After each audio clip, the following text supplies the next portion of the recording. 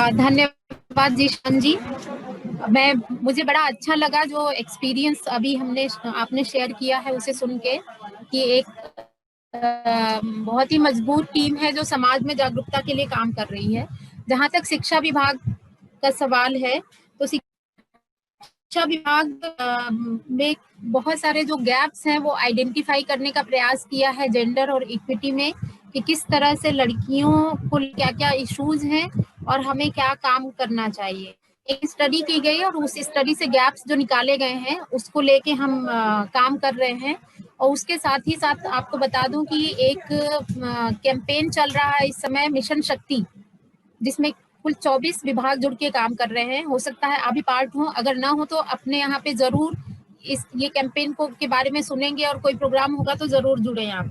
जो हम लोगों ने बाधाएं आइडेंटिफाई की और उसको लेके जो सोल्यूशन निकाले थे, उसमें ये था कि घर जो लड़कियों को सबसे ज्यादा समस्या होती है जब 8वीं पास कर लेती हैं। 8वीं तक तो स्कूल घर के पास होता है या इतना दूर होता है कि वो जा सके, लेकिन 8वीं के बाद जब वो 9th में जाती हैं तो उनके सामने सबसे बड़ी सुरक्षा समस्या होती है कि वो रास्ते में असुरक्षा की भावना है। माता पिता कहते हैं कि लड़की अब बड़ी और सयानी हो गई है, इसको अब स्कूल नहीं भेजना चाहिए।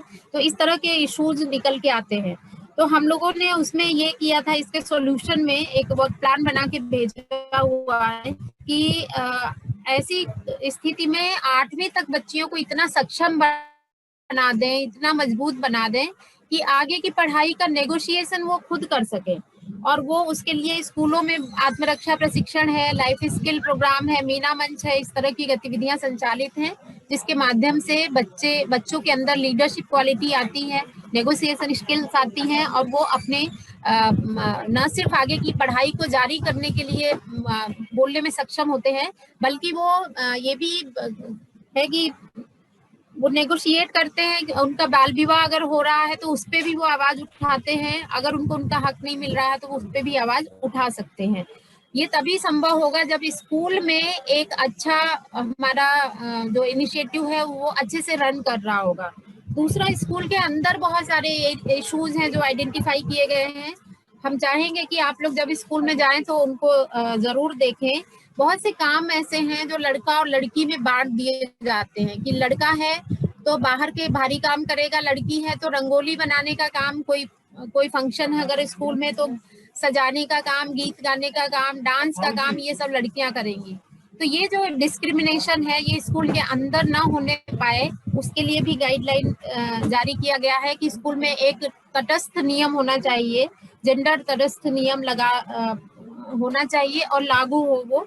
इसी तरह से खेल कूद में जो जिस तरह के भेदभाव होते हैं कि लड़कियां रस्सी कूदना, लूडो, कैरम ये सब खेल सकती हैं, और लड़के हॉकी, बैट बॉल, क्रिकेट ये सब लड़कों के खेल हैं। तो इसको भी पॉइंट आउट किया गया कि ऐसा नहीं है, हमें हर खेल में दोनों को बराबर अवसर देने की जरूरत होगी। ये भी हुआ कि जो प्रार्थना सभा है उसमें हम लड़के लड़की दोनों को शामिल करें, ताकि वो बाई रोटेशन दोनों अपना लीडरशिप वहां पे ले सके और दिखा सके। एक बात हो रही थी सैनिटरी पैड को लेके, जो चुप्पी है हमारे समाज में, उसको भी तोड़ने के लिए प्रयास किया जा रहा है। सैनिटरी पैड वितरित किया जा रहा है स्कूलों में, और उसको यूज करना सिखाया जा रहा है। और ये हैमर किया जा रहा है कि हर अपर प्राइमरी में इंसिनरेटर जरूर हो, ताकि बच्चे उसका निपटान कर सके। तो ये एक, इसको लेके भी कहीं गैप होगा तो मैं चाहूंगी आप लोग देखिए स्कूल में, और अगर कहीं पे नहीं हो रहा है तो आप हमें उसके बारे में अवगत करा सकते हैं, ताकि हम लोग वहां पे कार्रवाई कर सके। इसी तरह से, और इन सारे मुद्दों पे हमने टीचर्स की ट्रेनिंग भी रखी हुई है। अभी हमारे जो ब्लॉक लेवल तक के जो टीम है उनकी ट्रेनिंग हो चुकी है, अब टीचर की ट्रेनिंग होने वाली है। तो वो भी उनको भी हम सेंसिटाइज कर रहे हैं कि वो ये सारी चीजें स्कूल में सुनिश्चित कर सके।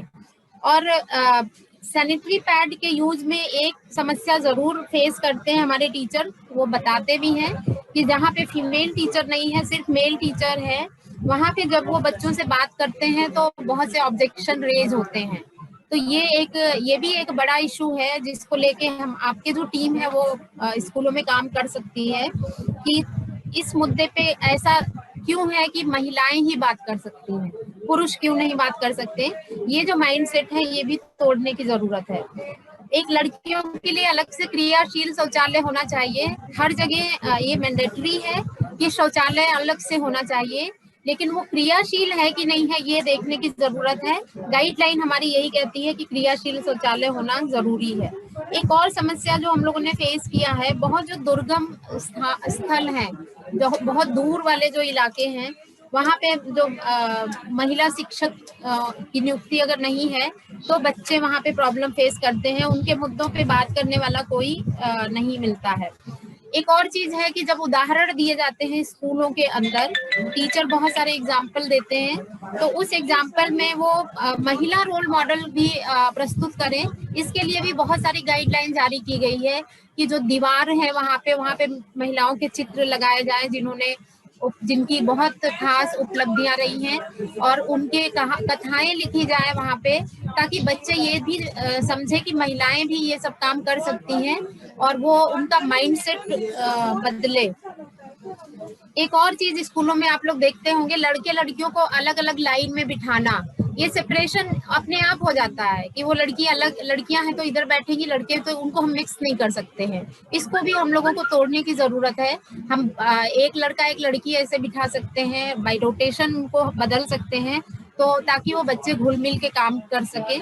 ये एक बड़ा चैलेंज है जो सब जगह दिखेगा, लेकिन इसको भी तोड़ने के लिए आप लोग कुछ पहल, आप लोग भी, हम तो कर रहे हैं, आप लोग जहाँ जाते हैं वहाँ आप लोग भी प्रयास कर सकते हैं।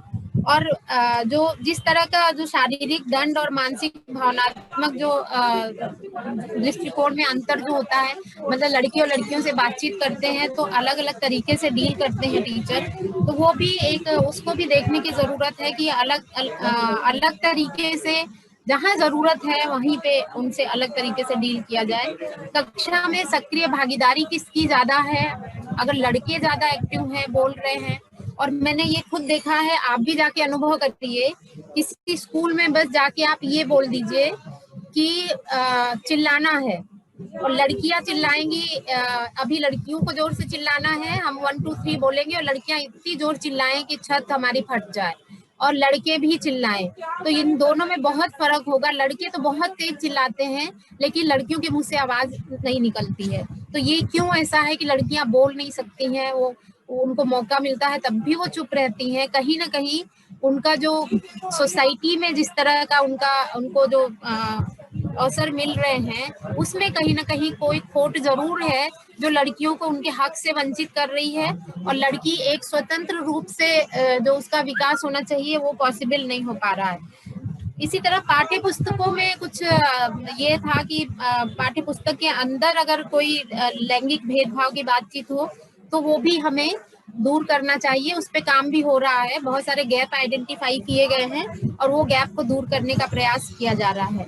जो शिक्षकों का मनोवृत्ति है उसमें भी देखिए, एक एग्जाम्पल मैं दूंगी, बाकी बहुत सारी चीजें दिख जाती हैं कि होम साइंस अगर पढ़ना है तो वो लड़कियां पढ़ेंगी, कृषि पढ़ना है तो लड़के पढ़ेंगे, जबकि ऐसी कोई गाइडलाइन नहीं है। जो सरकार की गाइडलाइन है कि दोनों सब्जेक्ट दोनों को पढ़ना चाहिए, लेकिन वहाँ पे अपने आप ये बंटवारा होता है। इसका मतलब कहीं ना कहीं हमारे टीचर का माइंडसेट है कि होम साइंस हम पढ़ा रहे हैं तो लड़कियों को ही पढ़ाएं। वो चीज भी तोड़ने की बहुत जरूरत है।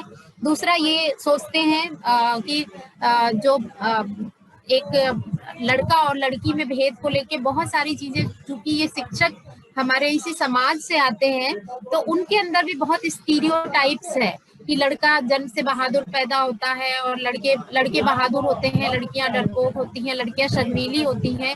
इस तरह के जो नेचर को लेके जो उनकी सोच है, बायसनेस है, वो भी बहुत असर करती है उनके बच्चों की शिक्षा में।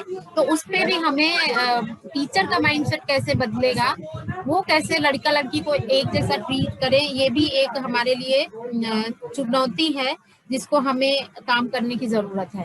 अगर टीचर से ही बात की गई थी, उसमें एक स्टडी हुई थी, तो जब बात की गई कि क्या ड्रेस जो है लड़कियों की जो पहनावा है क्या यौन हिंसा को बढ़ावा देती है, तो ज्यादातर टीचर ने उसको सहमति जताई। ज्यादातर अधिकारियों ने सहमति जताई कि यस, तो लड़की का छोटा ड्रेस लड़की पहनती है, उस वजह से उसको उसके साथ रेप और यौन हिंसा ज्यादा होती है। तो कहीं ना कहीं ये जो चीजें है ना, ये बदलनी चाहिए, इस तरह की सोच बदलने की जरूरत है।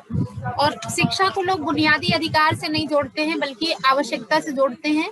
तो लड़की को उतना ही पढ़ाते हैं कि भाई ससुराल जाएगी और चिट्ठी विट्ठी लिख सके, बस इतना पढ़ ले। और लड़के को हमें चूंकि पैरों पे खड़ा करना है, इसलिए हमें ज्यादा उनको पढ़ाने की जरूरत है। तो ये तो शिक्षक की बात हुई। अब हमारे जो बहुत संक्षेप में समुदाय के लिए बता दूं, समुदाय के बीच में आप काम कर रहे हैं, आप सब जानते होंगे, लड़कियों को एक अनिश्चित संतान माना जाता है कि ये क्यों पैदा हो गई, ये तो बोझ है। तो पैदा जन्म होने से ही उसके साथ भेदभाव शुरू हो जाते हैं। उसके बाद बहुत बड़ा जो हमारा ये जो समाज है, वो ये मानता है कि जो जीविका है वो लड़कियों के लिए जरूरी नहीं है, जीविका का साधन एकत्र करना लड़कों के लिए ज्यादा जरूरी है। इसीलिए वो उसी तरह पालन पोषण भी लड़के लड़कियों का करते हैं। और लड़कों को मानते हैं कि आय का स्रोत लड़के ही होते हैं, लड़कियां घर के काम के लिए ही बनी हुई हैं। इसलिए उनको आर्थिक गतिविधि में उनको शामिल करने के लिए सोसाइटी बहुत एग्री नहीं करती है।